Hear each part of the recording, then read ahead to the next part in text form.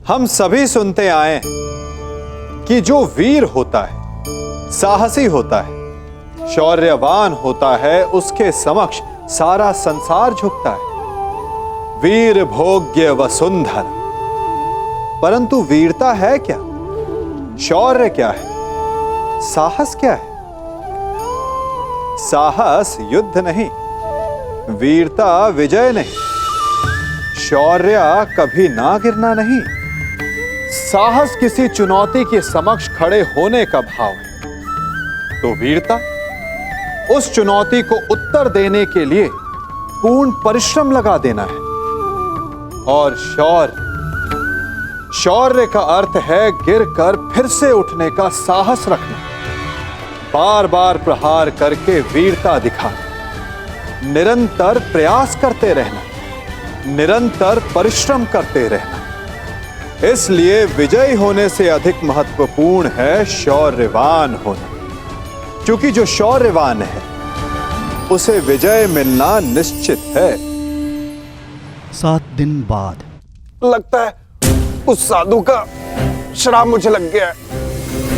आज 7वां दिन है और ये देखो मेरे पेट में अत्यधिक पीड़ा हो रही है। जाओ, आज से ठीक 1 सप्ताह के पश्चात तुम्हारे पेट से मूसल ही उत्पन्न होगा, जो तुम्हारे वंश के विनाश का कारण बनेगा। इस पीड़ा से मुझे मुक्त करो मित्र, मुक्त करो।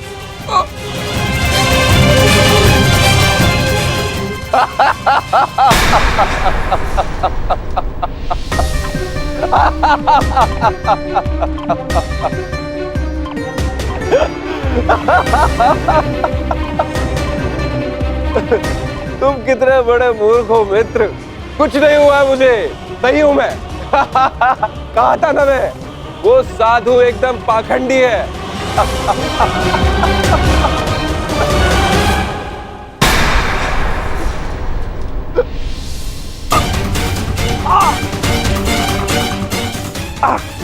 हम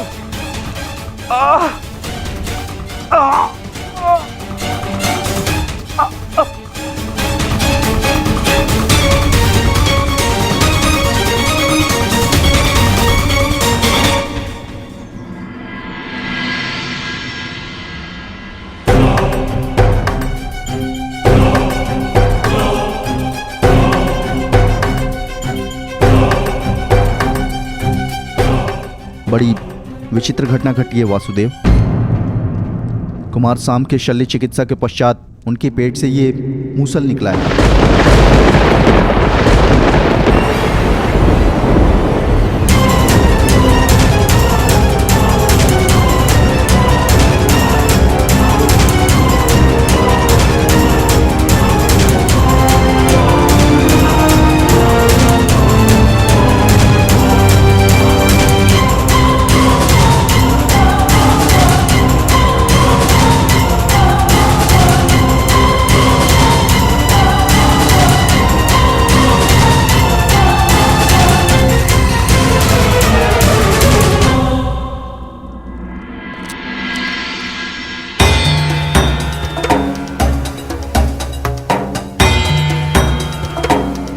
कुमार अब स्वस्थ हैं बलभद्र।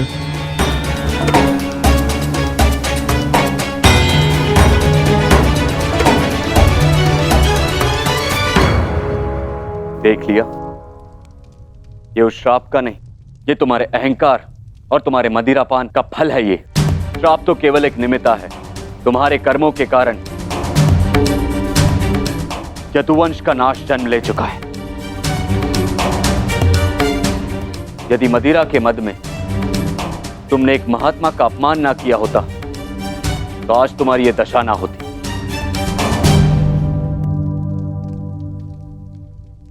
अब कुछ नहीं हो सकता था। मनुष्य को अपने कर्मों का फल मिलता ही है, परंतु एक के कर्मों का फल पूरा वंश भुगते, ये नीति नहीं है। यदि अनाज के पौधों के बीज में घुन लग जाए तो वो सारी फसल नष्ट कर देते हैं दाऊ।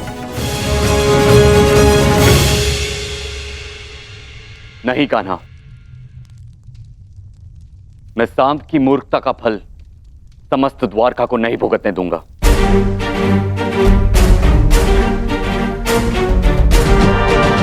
आप इस मूसल का क्या करेंगे दाऊ? श्राप था कि मदिरा पान के कारण द्वारका का नाश होगा।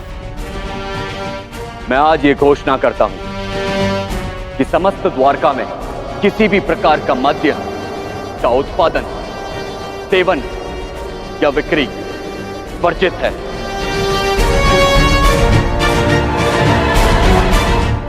और रही बात इस मूसल की,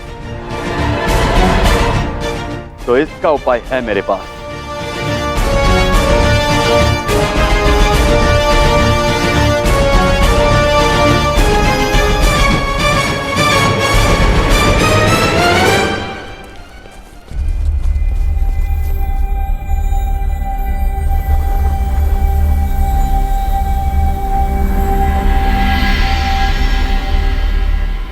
आपके आदेशानुसार मूसल की भस्म बना दी गई है बालभद्र। इसे द्वारका के समुद्र तट पे बहा दो।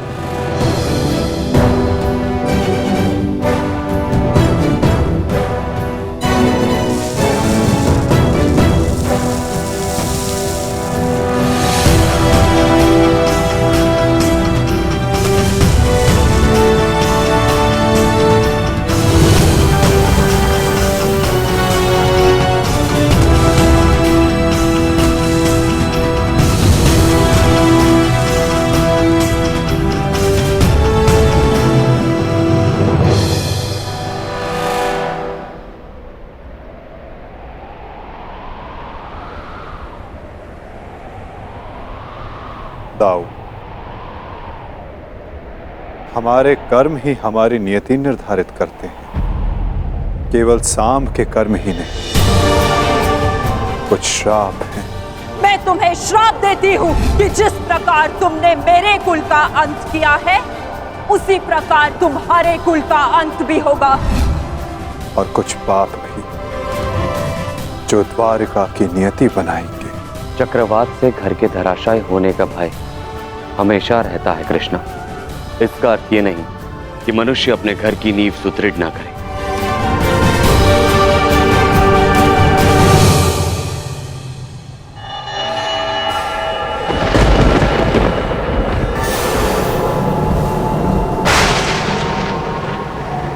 जब नींव गल जाती है दाऊ, तो भवन का धराशायी हो जाना निश्चित होता है।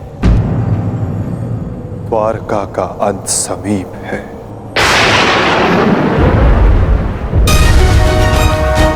नहीं कान्हा, मेरे रहते हुए ऐसा नहीं होगा।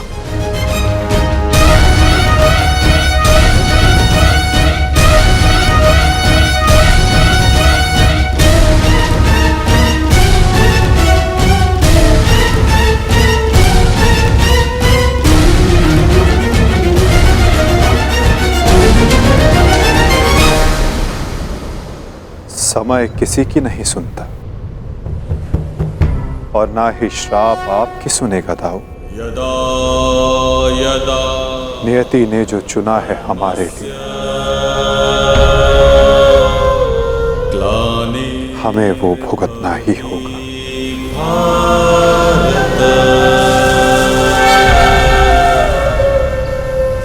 अभ्युत्थानम् अधर्मस्य तदात्मानं सृजाम्यहम्।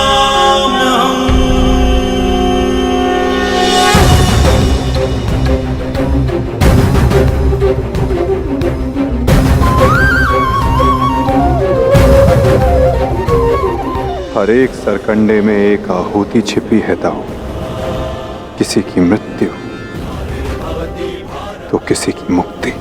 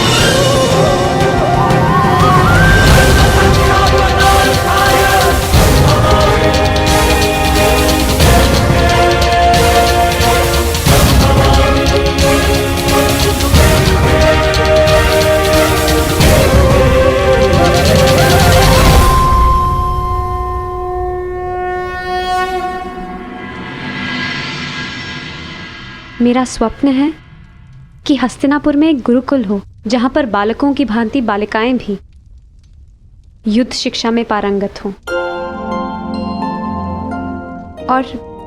और अपनी सुरक्षा करना सीखें। अति उत्तम विचार है पुत्री।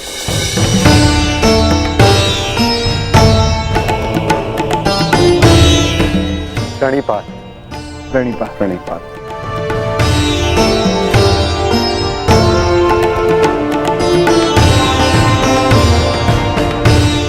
यदि प्रत्येक स्त्री अपनी सुरक्षा में समर्थ हो जाए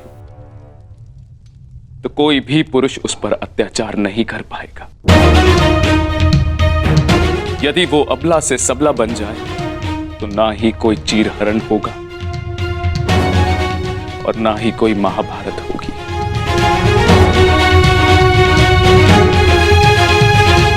ज्येष्ठ पिताश्री, आपने स्मरण किया? हाँ पुत्र, एक महत्वपूर्ण निर्णय लिया है जो मैं तुम्हें बताना चाहता था।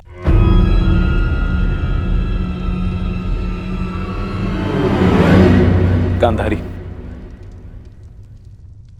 जीवन का हर चरण देख लिया पुत्रों, परंतु अब वानप्रस्थ करके संन्यास ग्रहण करने का समय आ गया है।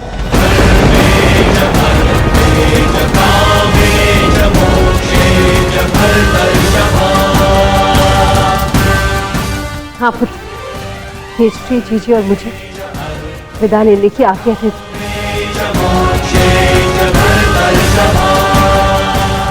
प्रस्थान? किंतु अचानक ऐसे? क्या हुआ माता?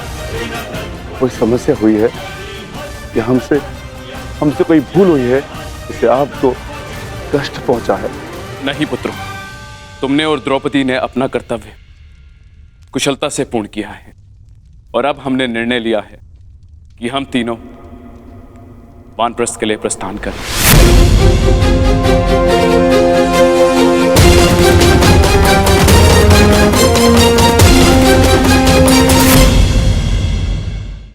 कि हम तीनों वानप्रस्थ के लिए प्रस्थान करें।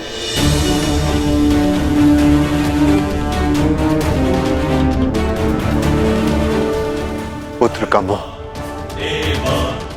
आपको जाने भी नहीं देना चाहता और पुत्र का धर्म आपको रोक भी नहीं सकता।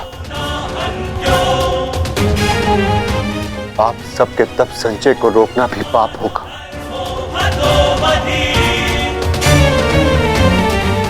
आदेश दीजिए ज्येष्ठ पिताश्री, व्यवस्था हो जाएगी। पुत्र, मुझे तुम पर गर्व है।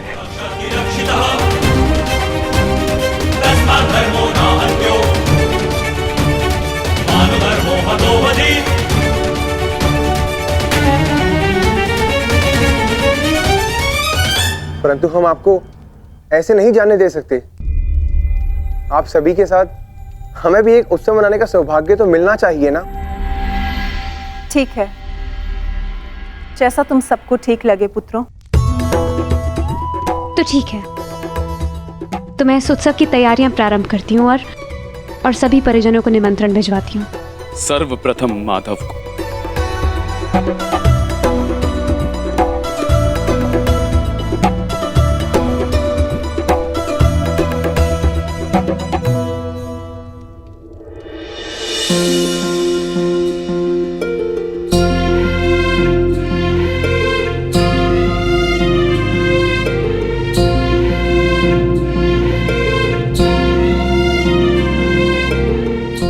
सखी ने निमंत्रण दिया है, स्वीकार करना ही पड़ेगा।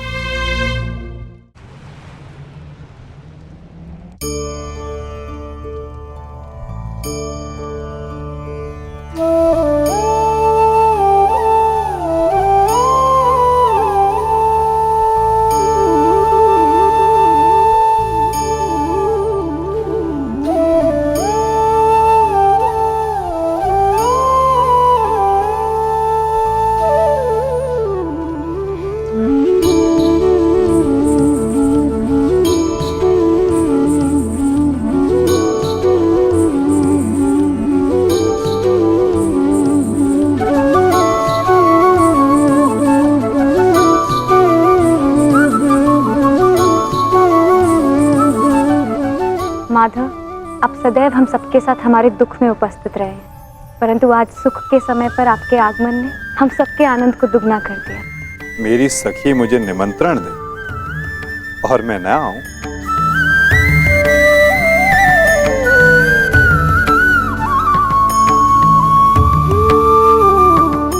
तुम सबका परिश्रम स्पष्ट दिखाई दे रहा है।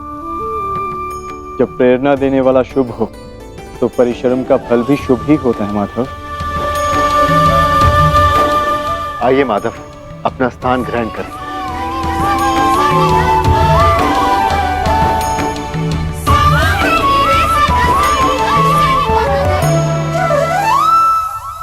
सांब के साथ जो हुआ, हमें उसका समाचार मिला माधव। हमें उसका खेद है। कुमार साम के शल्य चिकित्सा के पश्चात उनके पेट से ये मूसल निकला है। समय का चक्र और नियति को कोई नहीं रोक सकता धर्मराज। परंतु मुझे सदा खेद रहेगा।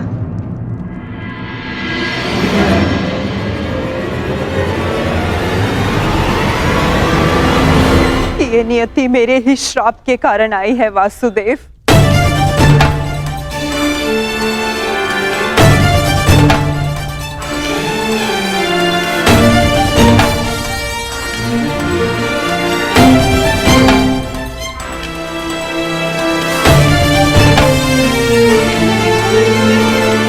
प्रणिपात राजमाता।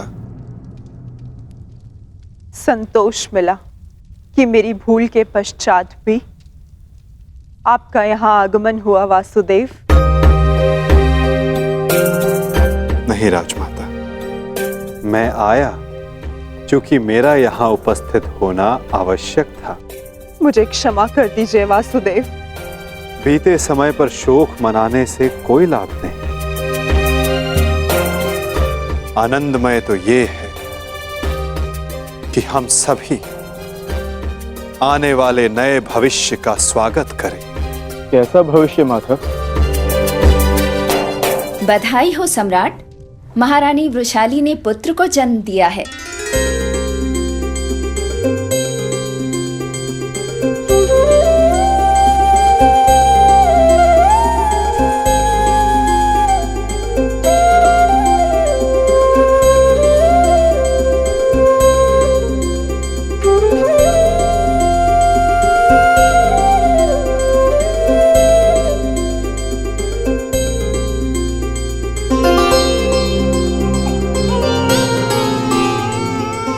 आंखों में इसके पिता की भांति तेज कल्याण हो। बुआ श्री, इस बालक का नामकरण कीजिए।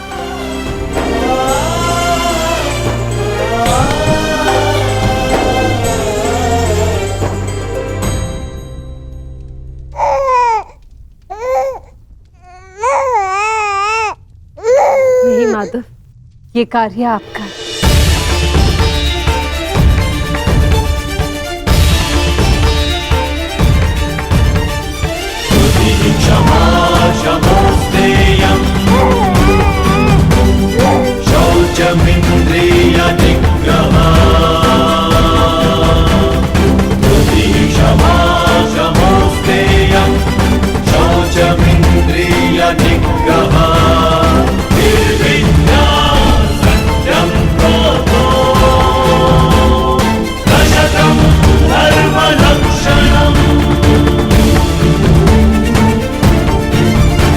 मित्रकर्ण के एक वीर पुत्र का नाम वृषसेन था और इस वीर बालक का नाम है राधे कर्ण पुत्र वृषकेतु। वृषकेतु, वृषकेतु, वृषकेतु।